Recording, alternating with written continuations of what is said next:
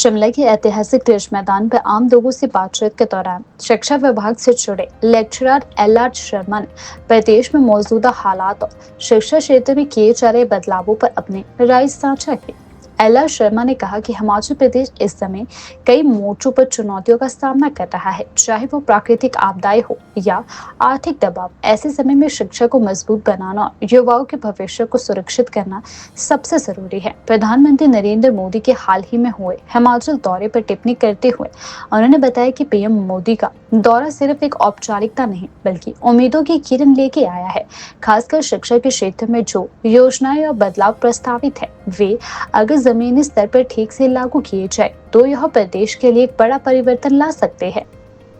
उन्होंने साथ ही यह भी कहा कि सरकार को ग्रामीण क्षेत्रों के स्कूलों में बुनियादी ढांचे और शिक्षकों की कमी जैसे मुद्दे पर तुरंत ध्यान देना चाहिए। जी, मेरा नाम लायकराम शर्मा और मैं शिक्षा विभाग से सेवानिवृत्त हूँ, यानी प्राध्यापक के पद पे।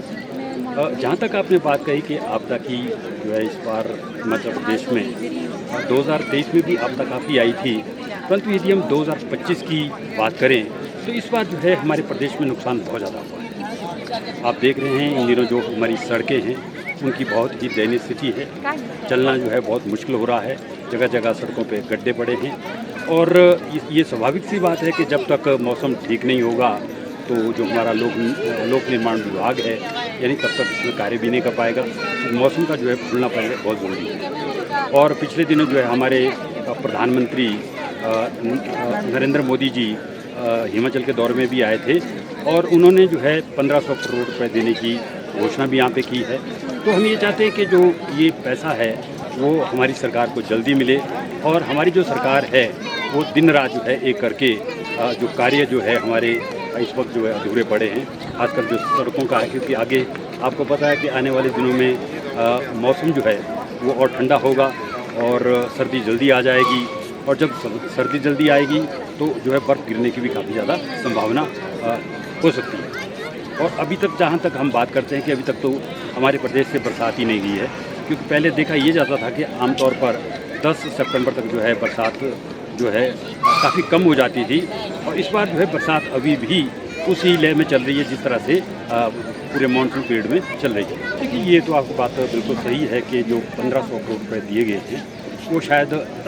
अपर्याप्त है, यानी काफ़ी कम नज़र आ रहे हैं, क्योंकि हिमाचल प्रदेश में इस बार नुकसान बहुत ज़्यादा हुआ है। और यदि उस नुकसान को देखा जाए तो यानी कई आपकी जो है पुल बह गए हैं, सड़कों की जो है बहुत बुरी हालत हो चुकी है और आने जाने के जो है हमारे जो साधन है यहाँ पे वो ट्रांसपोर्ट ही है, क्योंकि आप जानते हैं कि सड़कें हमारी जो है भाग्य रेखा हैं। और ख़ासकर यदि हम ऊपरी क्षेत्र की बात करें, वहाँ जो सेब बहुल क्षेत्र है वहाँ से अभी तक जो है सेब की जो है कुछ एक पेटियाँ काफ़ी अभी भी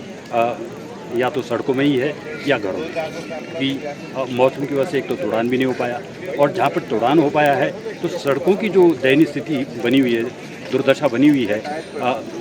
मार्केट तक जो सेब पहुँचाना काफ़ी मुश्किल है। तो यदि हम ये बात करें कि जो केंद्र सरकार है उन्होंने तो पैकेज दे दिया, पर प्रदेश सरकार को भी अपने जो संसाधन है वो बढ़ाने होंगे, क्योंकि यदि हम केंद्र सरकार के ऊपर ही आश्रित रहेंगे, क्योंकि केंद्र को तो पूरे देश को देखना है, हिमाचल तो नहीं देखना है। आपदा तो उत्तरांचल में भी आई है, पंजाब में भी आई है, तो J&K में भी आई है, पर ये हम चाहते हैं कि ये है तो ये जो राशि है काफ़ी कम है, पर हम उम्मीद करते हैं कि आने वाले में के समय में जो है केंद्र सरकार हिमाचल प्रदेश की और भी मदद करेगी, ऐसी हमारी अपेक्षा है।